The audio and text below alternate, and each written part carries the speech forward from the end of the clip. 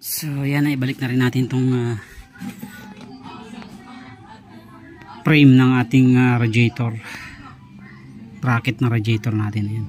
Bali 5 yung tornilyo, 1, 2, 3, 4, 5. Tapos may isa doon yung para sa hose, sa bracket ng hose yata to.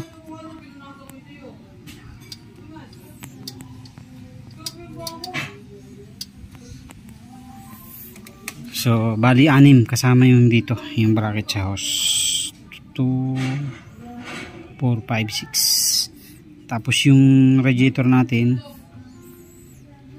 bali 1, 2, 3, 4, 4. Tapos 3 yung sa ating cover ng radiator natin.